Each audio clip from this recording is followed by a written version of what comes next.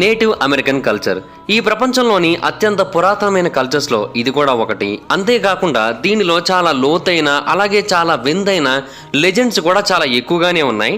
In fact ఈ culture ఇంత అద్భుతంగా ఇంత డిఫరెంట్గా ఉండడానికి కూడా కారణం అప్పట్లో ఉన్న ఎన్నో లెజెండ్సే. అంటే ఎన్నో జనరేషన్స్ని వీళ్ళు దాటుకుంటూ వచ్చారు.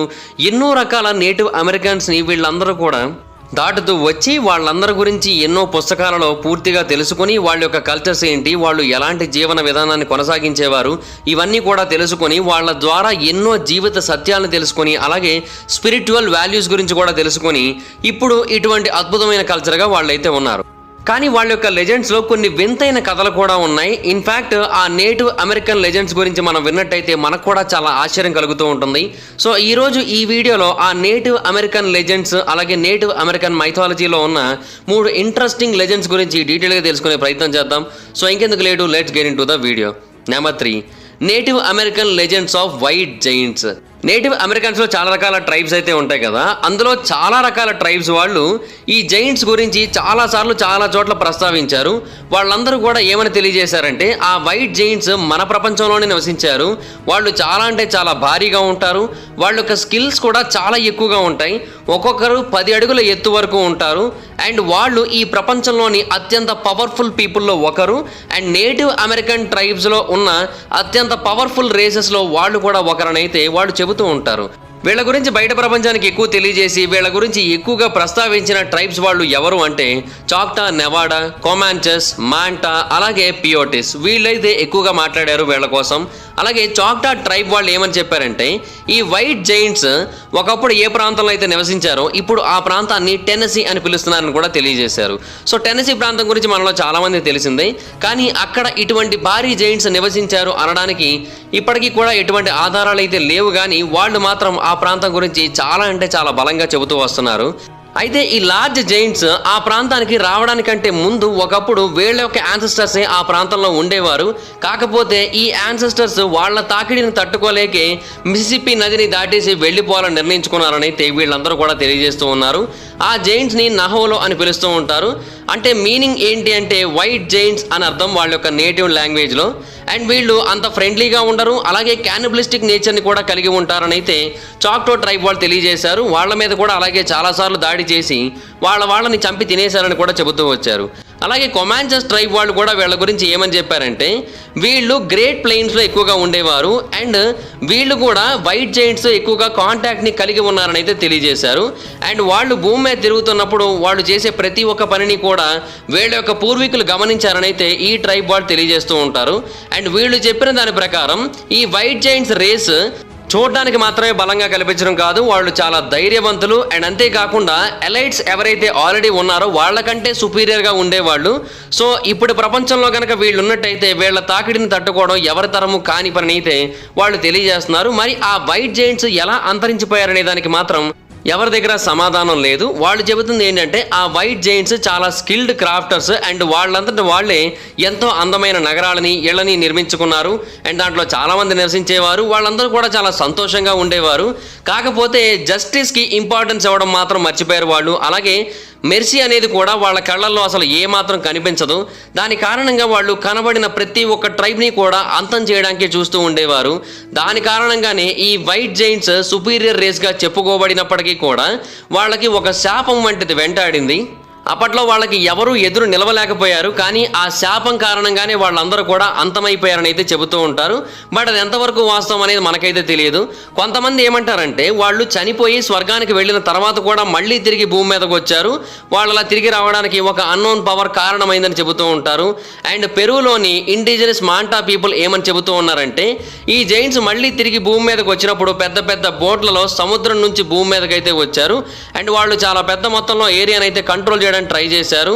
అండ్ వాళ్ళు చూడడానికి మనుషుల్లా కాకుండా క్రీచర్స్లా కనబడ్డారు. వాళ్ళ యొక్క కళ్ళు అయితే డిన్నర్ ప్లేట్స్ అంత పెద్దగా ఉన్నాయి. అండ్ లిమ్స్ కూడా చాలా అంటే చాలా బలంగా ఉన్నాయని చెప్పారు. అయితే మళ్ళీ అంతరించిపోవడానికి కారణం ఏంటి అంటే వాళ్ళ యొక్క సెక్షువల్ హ్యాబిట్స్. దాని కారణంగానే వాళ్ళు అంతరించిపోయారు.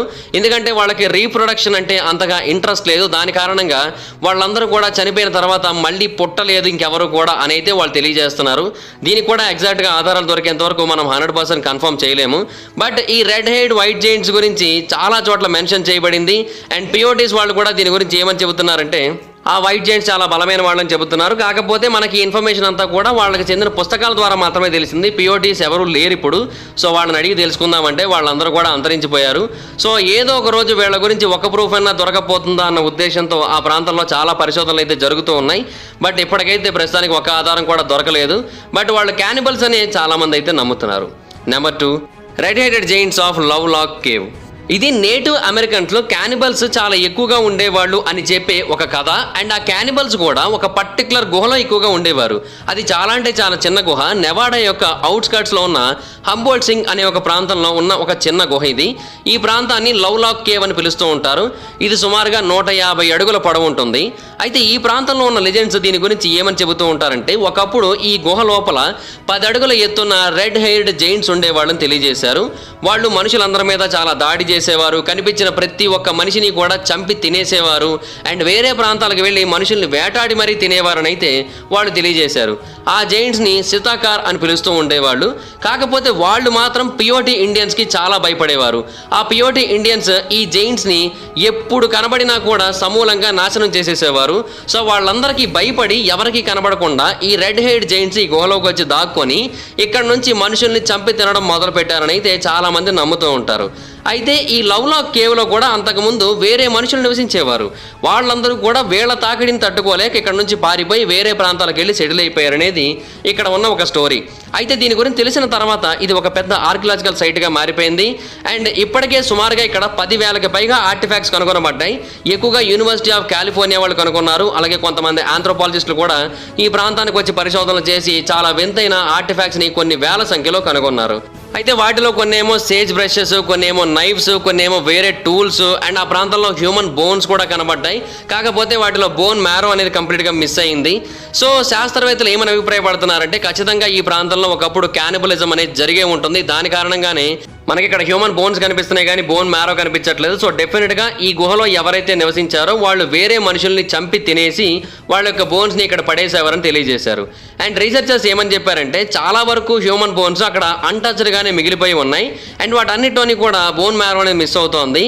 అండ్ చాలా చోట్ల నైఫ్ మార్క్స్ అయితే కనబడుతున్నాయి ఆ బోన్స్ మీద.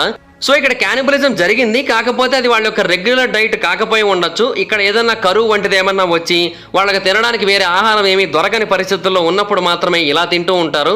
సో దాని కారణంగా వీళ్ళు చాలా భయంకరమైన పరిస్థితుల్లో ఉన్నారు. అప్పుడే ఇలా చేశారని అయితే నమ్ముతున్నారు. అంతే తప్ప కావాలని క్యానిబల్స్గా మారిపోయినట్టు కాదని అయితే చెబుతున్నారు. అయితే ఆంథ్రోపాలజిస్ట్ అయిన లివిన్ ఎల్ లౌడ్ అనే ఒక పర్సన్ ఏమని చెబుతున్నాడంటే అంటే అతనే ఆ ప్రాంతంలో జరిగిన ఎక్స్పెడిషన్స్ అన్నిటికీ కూడా హెడ్. అతను ఏమని చెబుతున్నాడంటే ఎన్నో ఏళ్ల పాటు మేము ఈ ప్రాంతంలో పరిశోధన చేస్తూ వస్తున్నాం. అండ్ దీనికి సంబంధించి మేము ఎన్నో రిపోర్ట్స్ని అయితే ఇప్పటికే అందించాం. కాకపోతే మాకు ఎక్కడా కూడా ఈ ప్రాంతంలో 10 అడుగుల ఎత్తున్న వ్యక్తుల యొక్క ఆధారాలు అయితే కనబడలేదు. అండ్ నార్మల్ హ్యూమన్ సైజులో ఉన్న బోన్సే కనబడ్డాయి మాకైతే. అండ్ అప్పటి టైం పీరియడ్కి చెందిన వాళ్ళ యొక్క బోన్స్ కూడా మాకు కనబడలేదు. సో ఈ కేవ్ని ఎక్స్ప్లోర్ చేయడం అంత ఈజీ కాదు. ఎందుకు అంటే ఒకప్పుడు ఈ ప్రాంతంలో ఒక కొలాప్స్ కూడా జరిగింది. సో దాని కారణంగా ఈ ప్రాంతం అంతా కూడా పూర్తిగా మట్టితో నిండిపోయింది. బిఫోర్ ది కామన్ ఎరా, సామాన్య శకానికి ముందు 440వ సంవత్సరంలో ఈ ప్రాంతంలో కొలాప్స్ జరిగింది. అందువలన చాలా వరకు యాక్సెస్ పాయింట్స్ అన్నీ కూడా డిస్ట్రక్షన్కి గురయ్యాయి. అంతేకాకుండా ఈ ప్రాంతంలో జరిగిన క్యానిబలిజం కారణంగా ఇక్కడ నుంచి చాలామంది వెళ్ళిపోయారని కొంతమంది చెబుతున్నారు. కానీ ఈ ప్రాంతంలో జరిగిన ఈ కొలాప్స్ కారణంగా మేబీ ఇక్కడ నివసిస్తున్న వాళ్ళందరూ వెళ్ళిపోయిన అవకాశాలు కూడా ఉన్నాయి. దాని కారణంగా ఎగ్జాక్ట్గా ఏం జరిగింది అనేది ఎవరో కూడా ఇప్పటి వరకు అయితే చెప్పలేకపోతున్నారని చెప్పాడు ఆయన. సో అక్కడ నుంచి వాళ్ళు వెళ్ళిపోయిన తర్వాత ఈ ప్రాంతంలో ఎక్కువగా గబ్బిలాలే ఉన్నాయి తప్ప మనుషులైతే లేరు. అండ్ ఒకానొక టైంలో చాలా పెద్ద సంఖ్యలో గువానో ఈ ప్రాంతంలో ఉన్న నేల మొత్తాన్ని కూడా కవర్ చేసేసింది. ఆర్టిఫాక్ట్స్ని కూడా కవర్ చేసేసింది. సో అప్పటి నుంచి ఎక్స్పెడిషన్స్ చేయడం అనేది ఇంకా కష్టమవుతూ వచ్చింది. సో వేరు రకాల ఫెసిలిటీస్ నుంచి, రీసెర్చ్ సెంటర్స్ నుంచి చాలామంది ఈ ప్రాంతానికి వచ్చి అయితే పరిశోధనలు చేస్తున్నారు. బట్ వాళ్ళకి ఎవరికి కూడా ఇప్పటివరకు 10 అడుగుల ఎత్తున్న జైంట్స్కి సంబంధించిన సైంటిఫిక్ ప్రూఫ్ అయితే దొరకలేదని తెలియజేశాడు అతను. సో ఇంకా దాని గురించి పరిశోధనలు అయితే జరుగుతున్నాయి. ఫైనల్గా number 1, Bakwas the native American wild man. బేసిక్గా ఈ లెజెండ్ మనకి ఏమని చెబుతూ ఉంటుందంటే ఒకప్పటి కాలంలో అక్కడ గోస్ట్లీ స్పిరిట్స్ చాలా ఎక్కువగా ఉండేవి. అండ్ వాటినే బాక్వాస్ అని పిలుస్తూ ఉండేవారు. అండ్ ఇవి చాలా ఎక్కువగా అడవిలోనే తిరుగుతూ ఉండేవి. వీటిని కింగ్ ఆఫ్ గోస్ట్ అని కూడా పిలుస్తూ ఉంటారు, మెన్ ఆఫ్ ది సీ అని పిలుస్తూ ఉంటారు, నేటివ్ అమెరికన్ వైల్డ్ మెన్ అని పిలుస్తూ ఉంటారు. వీళ్ళ గురించి ఎక్కువగా చెప్పింది క్వాకావాక్ పీపుల్. వీళ్ళు బ్రిటిష్ కొలంబియాకి చెందిన వాళ్ళు. వీళ్ళు చాలా కథలు చెప్పారు ఈ బ్యాక్వాస్ కోసం. వాళ్ళు గోస్ట్లీ బీయింగ్స్, అంటే ఆల్మోస్ట్ దెయ్యాల్లాగే ఉంటారు. వాళ్ళు ఎక్కువగా అడవుల్లోనే నివసిస్తూ ఉంటారు, నీటి ప్రాంతాలకి దగ్గరగా, అంటే సముద్రాలు, నదులు వీటికి దగ్గరగా నివసిస్తూ ఉంటారని చెబుతూ ఉంటారు. అండ్ వాళ్ళు వాళ్ళ జీవితం అంతా కూడా ఆత్మలతోనే తిరుగుతూ ఉంటారు. సముద్రం నుంచి వచ్చే కాకల్స్ని తింటూ ఉంటారు. అండ్ వాళ్ళు మనుషులు చూడటానికి చాలా సిగ్గుపడుతూ ఉంటారని వాళ్ళు అయితే చెబుతూ వచ్చారు. కానీ చాలా మంది చెప్పేది ఏంటంటే ఇది నిజం కాదని చెబుతూ ఉంటారు మిగతా వాళ్ళందరూ కూడా. వాళ్ళు మనుషుల్ని చాలాసార్లు గమనించారు అండ్ మనుషుల్ని చంపి తినరు. మనుషుల్ని ఏం చేస్తూ ఉంటారంటే ఎవరైనా మనుషులు తప్పిపోయినా లేదంటే అడవుల్లో ఏం జరుగుతుందో చూద్దామని వచ్చినా వాళ్ళని కనుక వీళ్ళు చూసినట్టయితే వాళ్ళ దగ్గరికి వెళ్ళి మీకు మంచి ఫుడ్ ఇస్తాం రండి అని ఫుడ్ని ఆఫర్ చేస్తారు. దాంట్లో బెర్రీస్ కానీ డ్రైడ్ సాల్మన్ కానీ ఉందని చెబుతారు. పైకి అయితే అదే కనిపిస్తుంది ఉంటుంది, కానీ నిజానికి ఆ ఫుడ్లో ఉండేది రాటన్ బగ్స్, స్నేక్స్, లిజర్డ్స్, అలాగే వేరే గ్రాస్ అంతా ఉంటుంది. సో దీన్ని తిన్న తర్వాత ఆ హ్యూమన్ కాస్త సడన్గా వీళ్ళలాగే బ్యాక్ వాష్లా మారిపోతూ ఉంటాడు. సో అప్పుడు ఆ మనిషిని కూడా వాళ్ళ ట్రైబ్లో కలిపేసుకొని వాళ్ళతో పాటుగా తిప్పుకుంటూ ఉంటారు. సో ఇలా మనుషుల్ని వాళ్ళలో కలుపుకోవడానికి వాళ్ళు చాలాసార్లు చాలా రకాల ప్లాన్స్ వేసి ఎంతోమంది మనుషుల్ని అలాగే కలుపుకున్నారని చాలామంది చెబుతూ ఉంటారు. వీళ్ళు కొంచెం చూడడానికి సన్నగానే కనిపిస్తూ ఉంటారు, కానీ జుట్టు మాత్రం చాలా పెద్దగా ఉంటుంది, కళ్ళేమో చాలా గుండ్రంగా ఉంటాయని కూడా తెలియజేశారు. సో నేటివ్ అమెరికన్ సెరమనీస్లో ఇప్పటికీ కూడా వీళ్ళకి సంబంధించిన కొన్ని యాక్ట్స్ని కొంతమంది పర్ఫామ్ చేస్తూ ఉంటారు. అప్పుడు డాన్సర్స్ ఏం చేస్తూ ఉంటారంటే ఒక డీటెయిల్డ్ మాస్క్ని ధరిస్తారు సేమ్ వాళ్ళలాగా, అండ్ వాటిని చేతులతో కవర్ చేస్తూ డ్యాన్స్ చేస్తూ ఉంటారు, ఎందుకంటే వీళ్ళకి సిగ్గు ఎక్కువ అనేది రిప్రజెంట్ చేయడం కోసం. బట్ నేటివ్ అమెరికన్ లెజెండ్స్ గురించి తెలిసిన కొంతమంది ఏమంటారంటే నిజానికి వీళ్ళు ఏమీ సిగ్గుపడలేదు మనుషులు చూడడానికి, వీళ్ళు మనుషుల్ని చూసి వాళ్ళలో కలిపేసుకున్నారని అయితే చెబుతూ ఉంటారు. సో నేటివ్ అమెరికన్ లెజెండ్స్లో ఇటువంటి అద్భుతమైన ఇటువంటి ఇంట్రెస్టింగ్ స్టోరీస్ ఎన్నో ఉన్నాయి. వాటిలో స్పిరిచువల్ సిగ్నిఫికెన్స్ కూడా చాలా తక్కువగానే ఉంది. అండ్ ఈ లెజెండ్స్ అలా జనరేషన్స్ పాటు కంటిన్యూస్గా పాస్ అవుతూనే వచ్చాయి. ఫైనల్గా నేటివ్ అమెరికన్ కల్చర్ ఇప్పుడు ఇలా ఉందంటే ఎన్నో కల్చర్స్ని వాళ్ళు దాటుతూ వచ్చి ఎన్నో లెజెండ్స్ని వాళ్ళు చూస్తూ వచ్చిన తర్వాత మాత్రమే వాళ్ళు ఇప్పుడు ఈ కల్చర్కి అయితే చేరుకున్నారు. సో అది సిచ్యువేషన్. సో 10 feet క్యానిబల్స్, అలాగే వాళ్ళు భూమి మీద నడవడం, మిస్టీరియస్ గోస్ట్లీ ఫిగర్స్, వాళ్ళు అడవుల్లో బీచ్ల్లో తిరగడం, అండ్ అంతేకాకుండా లవ్ లాక్ కేవ్, ఈ కేవ్లో వింత వింత మనుషులు ఉండడం, ఇటువంటివన్నీ కూడా చాలానే ఉన్నాయి. అండ్ వీటికి సంబంధించిన ఎన్నో ఆర్టిఫాక్ట్స్ అమెరికాలోని ఎన్నో మ్యూజియంస్లో కూడా ఉన్నాయి, మనం కావాలనుకుంటే వాటిని కూడా చూడొచ్చు. సో ఒకవేళ మీకు ఏదైనా అవకాశం వచ్చినట్టయితే వీటిలో ఏ ప్రాంతాన్ని ఎక్స్ప్లోర్ చేస్తారు, ఏది నిజమో కాదో తెలుసుకోవడానికి ట్రై చేస్తారు, కింద కామెంట్ సెక్షన్లో చెప్పండి.